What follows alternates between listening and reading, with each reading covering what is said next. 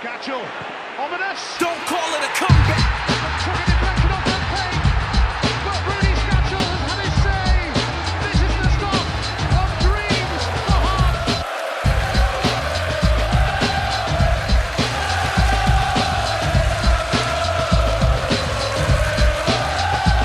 And where I can see them, lads, it's the We Have No Cares podcast, covering the Aberdeen versus Heart of Midlothian basketball game. Look, if that was basketball, that would still have been a terrible move because it just went straight out of play. Yeah. That's, if you're going to get a block, make sure it goes to the man. It's basketball basics, Jordan. Yeah. And discussing the basics of various sports with us, I'm Nicole. I'm Rob. There's Hello. Rob. And we're joined by Craig. How you doing, Craig? Hello, good, how are you You doing? good? You're looking healthy, man. Thanks. You eating well? Nah, every now and again. Yeah. If you're jogging despite the winter weather, right? Play a little bit fives. Oh, that's good. Yeah, I can see you're showing. You're glowing. You're Thanks. glowing. It's a good audio feature. Yeah, I don't really want to talk about this game. I didn't get that at all. Ooh, Yeah. that was a trial. That hurt. Well, you see, it's going to be very difficult to pick out a narrative flow about this game because it slid off my brain so much. Yeah. I sat and watched it, like we just sat and watched highlights to refresh my memory. It was like I was seeing images for the first time, apart from one obvious one. Well, one that's going to be etched into my retinas forevermore. I'm sitting really close to the TV at the pub as well. Oh, good. Yeah. See, And a really, really, really good view of it. fabulous stuff. Yeah. You certainly picked your spot there. I certainly did. Yeah. Great. Well, Craig, we marched up to Aberdeen. This was the last team to really horse us in a football match, and it looks like we decided that we weren't going to be horsed again. Yeah, we decided that we would just pull them back and trip them up every time they ran past us. That was the biggest game. But although for the first 5-10 minutes, I think we started quite well. Created a couple of chances. Maybe could have got a goal, but we were thoroughly dominated after that. So what you're saying is we decided to be very professional footballers, In a sense. fouling professionally. In a sense. It's all part of the game, mate. Grow up. But we're a good football team. And it annoys me that we resort to that. Are we a good football team? Took us ages to shake that stereotype. Yes, we are. Yeah. Igor Rossi is a good footballer. Miguel Gallardo is a good footballer. Prince William's a good. Aaron Jim's a good footballer. Sam Nicholson, Osman Sohama, they're all good footballers. They're good footballers. Good football team. Are we a good football team? Now, stop me, shout at me if I'm being ridiculous and paranoid, but do you feel we score enough goals for how good a football team we're meant to be? No, I don't think we do, because we don't play football often enough. We play long ball, stupid long ball football far too often, in games when it doesn't really. Augustine's one of the biggest culprits of that as well. Yeah. It's been shown before that game, but that was him at his worst at the weekend there. I think he pulled one off early on that got to Nicholson, but then after that they were pretty much all wayward, all his long passes. Yeah. It reminded me of Wilson Yeah. doing it last season. I mean, Augustine and Motherwell, obviously through necessity more than anything else because of the weather, he was driving out of defence and finding a pass into the midfield. He wasn't doing that against Aberdeen. And it's too often if teams press us high up the park, and that's what we do. We just hoof it forward. Juanma's not great in there, So's never been that great in there. We don't play enough football, we worry too much about the opposition. But you feel despite that we are a good football team, Yeah. that we're not playing football because of instructions, because of timidity, because of shitebaggery? Possibly Are you both. calling this team shitbags? No. There you go, Robert Borthwaite. No, As not. branded. Not at all. I think we've got a team full of good footballing footballers who like to play football, and we're not allowing them to play football for whatever reason. If that means we're playing the wrong setup, the wrong system, it needs to be addressed because we've got a good enough squad to be going and passing around teams, but we're not doing it. Are you just talking about in these kind of games, or are you talking about In these kind of games, especially you games see against it in bigger the other teams. games, even the other games we're winning?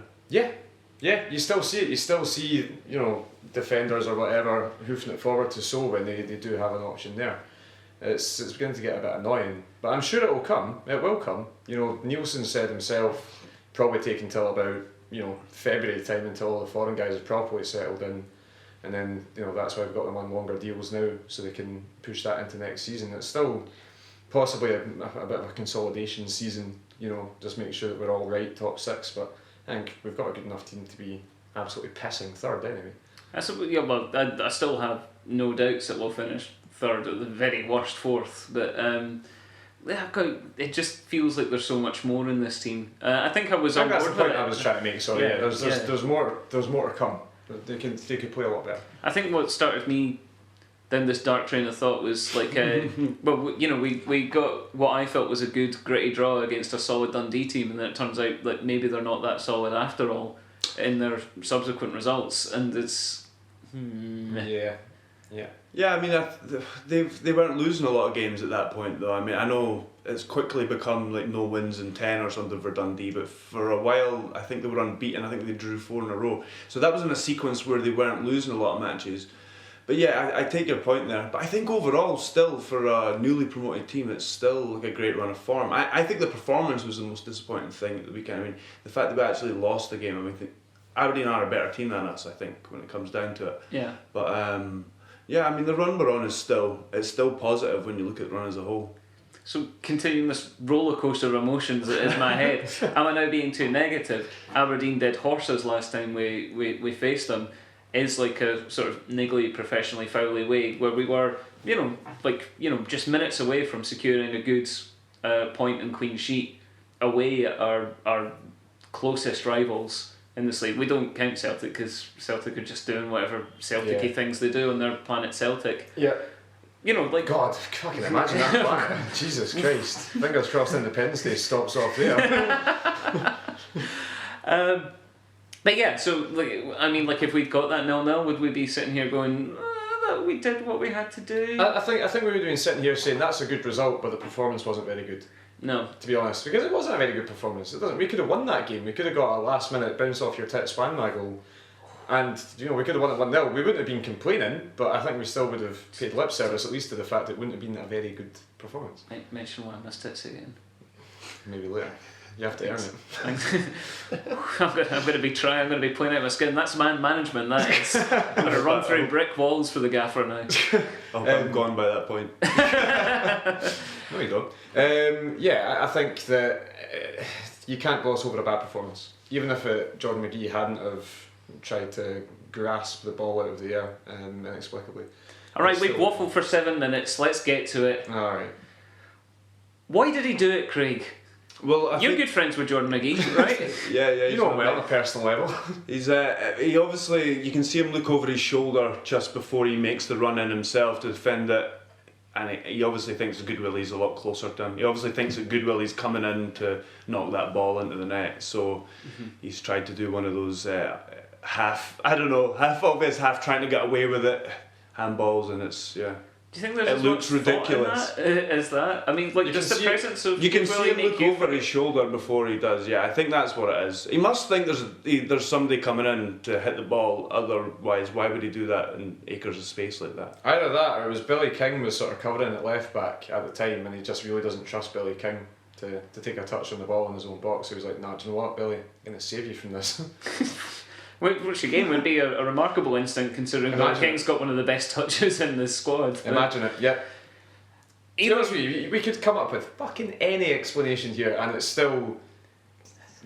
The thing is, I cannot explain it. I like these explanations better than the idea that it was instinct, because the idea that it's instinct is fucking ludicrous. There's no way that you instinctually use your hands as an outfield player in a game of football. That's like, I don't know, like instinctively trying to hush a crying baby by kicking it in the face. Like that's not where your instinct leads you. Yeah, it's. Fuck knows, man. Like, maybe the harsh Pittodrie wind blew his hand in a bizarre upward draft moment. Oh, this is getting a bit JFK, I like it. That came off the pitch. It was the swirling wind from the Pittodrie seafront. Exactly, yeah. Was it a rogue seagull? Maybe as he was going up for that header, someone sort of threw a syringe like a dart from the Aberdeen end. Some of that famous Aberdeen skag went straight into him, and he just started convulsing randomly. Seems legit, yeah. It could happen, man. You never know. And that's why his head was in his hands afterwards. He wasn't like, bemoaning his fate. No, he wasn't bemoaning his fate. He was just going, that beats any meat injection. I think he just thought Goodwillie was there.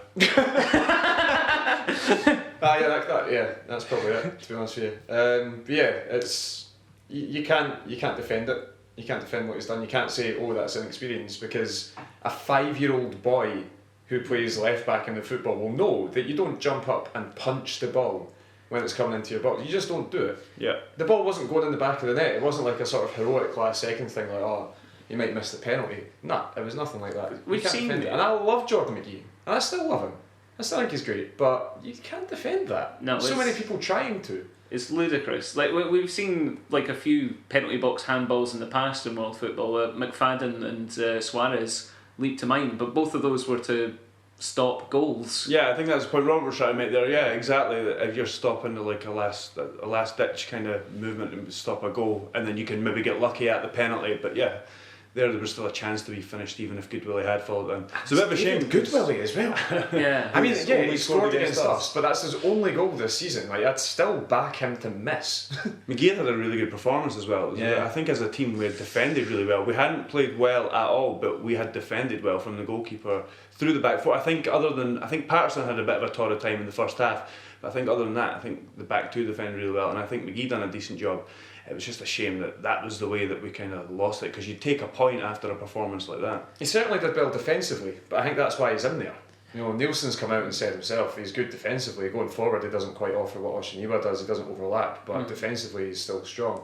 And that, you know, from what I saw of the game in the highlights, it seemed like McGee played all right at left back. You know, he came in, did his job as he has been doing until that. Well, I take the point he might have been a horse for this course, given that we were like there to defend. But like I really felt like he's normally better going forward than he was even in this game. But he was so poor when he had to sort of like step out of our back third that like it kind of contributed to us not having much of a grip on the game, because we like the midfielders didn't have the outlets towards the wing. We were just very rickety in possession, like 1 through 11. You know, don't get me wrong. I'm not trying to shoulder it all on Jordan's shoulders, but he didn't look. He didn't look great. He didn't look like sort of like he needs to be in ahead of Oshiniwa. But on the other hand, he's 19, so that's what a 19-year-old should look like, unless we like sit him in there for 30 games in one position, I suppose. Yeah, but as I say, coming forward, it wouldn't have been why he was in there. We have Patterson on the other side to balance that. He goes forward. McGee doesn't have to. He's got Nicholson on the left. He's the winger. He should be making that option for the midfielders, not McGee. McGee doesn't have to make that option. That's why the balance was there. There's room on the right.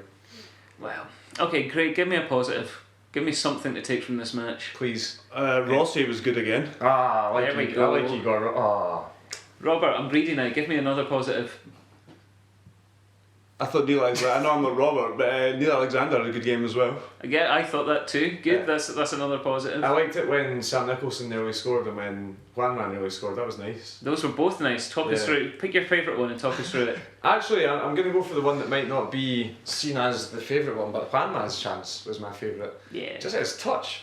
That instinctive touch, like, it's not often, especially since, like, you know, Velička left and stuff like that. I mean, I'm talking years ago that we've seen a Hearts striker who can just do that in the box, make a chance for himself out of nothing, basically. It's the ball, he was back to goal, and he spun round and, you know, he dinks it. That's how he finishes, and he didn't dink it, and Danny Ward made a great save. Yeah.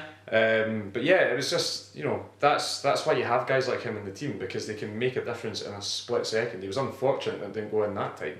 But same with Nicholson, his chance, he can make things happen out of nowhere. He just, you know, drove inside a wee bit and then dinked one off the bar. Like it's players like that can make a difference, especially in games when you're not playing that well. But yeah, Juanman's chance was wonderful. Even the wee arrowed ball in from June was lovely. Yes, I agree with that. Good. Cool. Andrew Constantine being shite, that was something I took from that. Shite in front of goal, certainly. That's all he needs. Yeah, a chance. His free header that he stuck straight at Alexander. Well, it wasn't even a quickly taken free kick. They just took it slightly quicker than we expected, and the whole defence was like, sorry. What was that, Peter Pollitt? Is that an ice cream van? That's an ice cream van giving us some festive tunes. It's banging. Wonderful. Does anyone want to run out and get a single fag? Do they not have drugs in ice cream vans here? I would be disappointed if there wasn't. Let's go, kids. That's not going anywhere, is it? Hey! Cool. Wow, how do you recover from that? Oh, fucking Another positive I'll give you. We got to see not one but two Aberdeen players bleed. Yes, Mark Reynolds was one of the ones that bled. I remember that. Boy, did he bleed. Yeah. Well, I should fucking hope so for the amount of times we hit them. Make the hits count. Yeah. Exactly, yeah. I mean, if that was our game plan, then surely we were looking to cause a few minor injuries. Get Aberdeen down to 10 men as many times as possible without, coaxing them into a red card. Well, we meant that Shinnie had to come out of midfield, and I think we had more of a chance against them without Shinnie in midfield. He was excellent in the first half. I thought he kind of influenced the game way less at left back. The Scottish Philip Lam. That one, yeah. Yeah. Aye, and then was it not when he moved to left back that he got his head cut open? He got hit as well. Yeah, he had Yeah. to go off. Ah. But yeah. But it wasn't as bad as Reynolds. He was quickly back on with just a daub of Vaseline. Yeah, to be fair, Reynolds went straight into the back of Juanma's thick manly skull, so I can imagine that would probably hurt quite a little bit. Yeah. Yeah, who was it that cut Shinnie? Because that's I'm two. not sure. I think it was So I So. think so with an elbow. I think It was A So with an rolling elbow, yes, Yeah. that's right. So So and Juanma for Player of the Year nominations already. Keep it Well, going, guys. Yeah, well, I think they need to keep this form going, especially possibly, if not next week, then certainly the week after. That's the second time So's done that. He got sent off against Hibs for cracking Michael Nelson right in his big bandaged up dish. That was lovely. That's Thoroughly enjoyable. kind of how he announced himself. I mean, I know he scored a late goal at Ibrox and I think- things like yeah. that, but that's what really won us over. To the Tynecastle faithful, when he elbow smashed the Hibs captain was, he knows what he's doing. So like, I wasn't sure about him if all he was going to do was score late winners at Ibrox. I know. But now I think he's got more of a complete game. Hard man Osman So. Yeah. Yeah. Right, is there anything else to take from this game?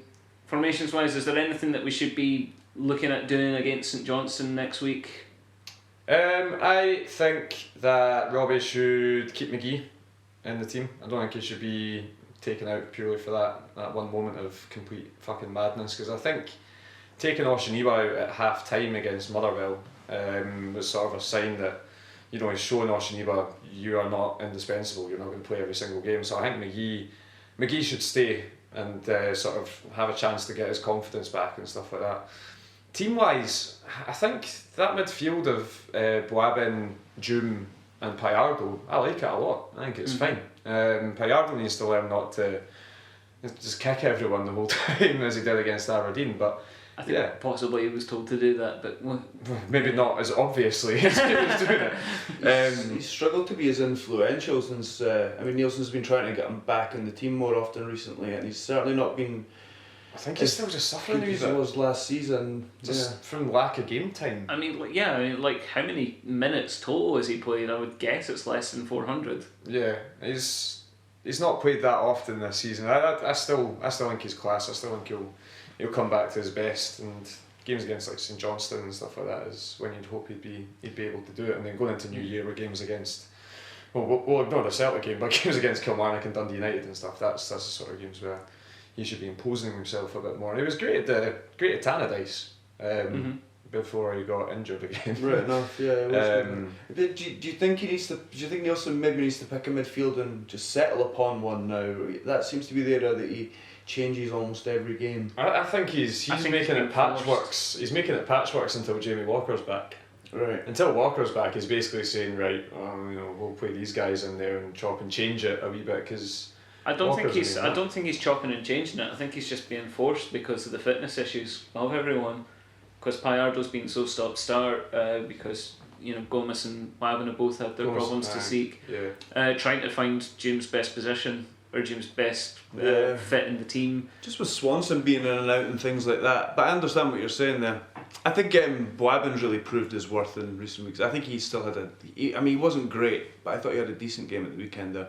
But I think overall he's been under the radar a little bit. But I think he's been really good for that. He's certainly not had to go searching for his critics this year. There's people who have been questioning him a wee bit, which I think is very harsh. I think it was always going to be harsh. He needed to get time to bed back in after his his injury problems. But yeah, you're right. You've got guys like Danny Swanson, Billy King, Kenny Anderson, of course. Still to come back. It's going to happen. Don't know where he is. 2016's a big year for him. I think with the new developments up at Rickerton, they've just accidentally buried him underneath it. Never be seen. It's like Robbie Nielsen goes in. Guys, whatever happened to that Dutch guy? The Dutch guy with a Scottish name. Either that or he's labouring. Yes. But yeah, like in terms of like that midfield personnel, for example, the home game we've got coming up against Dundee United. For that, an ideal midfield three might be Jim Wabin and Swanson. We might sort of get away with something a bit more fluid and dynamic than that. Whereas at home against Celtic, possibly we are looking for a Payardo and a Gomez Yes. and a Stodge. Indeed, and then obviously the words coming out of the AGM a couple of weeks ago was that we're looking for a striker. So striker on the radar for January. That's Apparently. interesting. It's not really. Juanma came out of the team and we couldn't replace him. Yeah, well, when everyone's fit, we've got Juanma, So, and Riley. Three strikers. Three isn't really strikers. enough. Yeah, well, it depends. Are we trying to fill two or one slot? Yeah. Yeah. But It does make me wonder, like, who drops out if we put in another main striker. I don't think it would be Yes, another main let's- striker. Oh, you think? I think it would be another guy come in as competition. Well, that makes more sense. Ala Especially Zafik. seeing how Just Riley get hasn't Zafik really again. sort of seemed ready. Yeah, just sign Zafik again. Yeah, just Why get not? We should just do that every January. Just sign Zafik for 5 months, every time. Your parent club can cover your wages, but we will hug you and love you. So, you can just score us 12 goals in the intervening time every single year and become a Hearts legend. I see no flaws with this plan. I see no flaws with that plan whatsoever. God, I miss him. He was good. He was. He's been scoring in Turkey now as well. It's good for him. Good for him. Still fat though. thick. Well, that was the match that was. Now we come to everyone's favourite part of the show, us trying to decide who deserved a song out of that mishmash of pish. Yes. Pishmash. I think we kind of agreed that Alexander was probably our man of the match. He was certainly the best player on the day. Yeah. Boabin, obviously, we gave a wee bit of praise to earlier on as well. Didn't look too bad. Juanma made a chance for himself at one point, so did Nicholson. Nixon had touches. Yeah. But who made us talk the most? Well, that's the question on everyone. Well, everyone knows. Everyone If you knows. know this podcast, which I hope you do by now, you'll know that, It's yeah. Jordan McGee. It's Jordan McGee. Jordan McGee gets the songs. Hopefully this will give his confidence a wee boost. Yeah, absolutely. This is the support. Like we still love you enough to sing your praises, Jordan. I want to put it on record again. I still love Jordan McGee. I got in a big argument with a Hearts fan on Twitter about it, and she was like, "Why do you hate the players?" I was like, "I don't." Said numerous times, I think he's great. Love him, but he made a stupid mistake, and he should be pulled up for that. Yeah, there's no room for this chat. It's like, oh, he's a young laddie who's made a mistake. It's like, that's not a mistake that a young laddie makes. That's a mistake that a fucking moron makes. But he's made it. I honestly can say with quite some conviction, I don't think he'll do that again. I think that's a one-off. That won't be like his special move on FIFA. When the ball's coming to the box, I just like- press R2 and he flicks his hand up. Yeah. Part of me kind of wishes it. If we just sort of thought, fuck it, this is my thing. This is who I am. So he gets like his own brand of like Air Jordan football boots, and like it's his silhouette with his hands like tipping out to grab the ball. He's just showing Robbie Nielsen he doesn't need to grow to get to the ball. Yeah, I'll show that prick. Well, you show that prick, Robert. Sing us a song. Am I going first? Yeah, go first. Right, okay. Now, and this has got a bit of a backstory. This was originally Nickel's song. Nickel came up with this on the way to... This is Nickel, who's on the show today and every day. I think we've discussed this bus journey many times up to Inverness. It was a game that we lost. Jamie Hamill got sent off for getting the ball kicked into his face from 2 yards. But we My came up, favourite moment of Jimmy Hamill's career. yes, absolutely. But yeah, we came up with numerous songs for numerous young players, and McGee was one of them. So it was originally Young Hearts, McGee, scoring a header, scoring against Aberdeen. Do-do-do. But I think that now the lyrics need to change slightly. So it should now be Young Hearts, McGee, selling the jerseys, fucked it against Aberdeen. Do-do-do. Oh. So yeah, now we've got 2 verses to that song, and I hope he just keeps doing things of note against Aberdeen, because it works really well when it rhymes with McGee, to be honest with you. So You could maybe do a couple of things against Dundee, but let's stay on brand. didn't even think of that. Yeah. So Or there's Chelsea? Chelsea. No, I'm not having that. Sorry. No, that's not going to work. It's not. PSV? Scraping the barrel, man. Right. So, yeah. Thanks, Craig. All you've done there is draw attention to yourself, Craig. Sing a song. I've gone down the musical route. Oh, Jordan McGee, someday you'll be a centre back. You know what song this is from, though? No idea. It's going to be strange. You had a chance at full back, but made a fool of that. Oh, Jordan McGee, you look like a bit like Gary Locke. Your manager let you off, but we're not buying that. It's from Greece. I don't think I've done it quite high. It was beautiful. It was. Thanks. I thought I knew Greece as well, but no, apparently not. No, It's obviously my rendition of it that wasn't very good. he does look like Gary Locke. He does, though. Yeah. I might make mention of that in this song.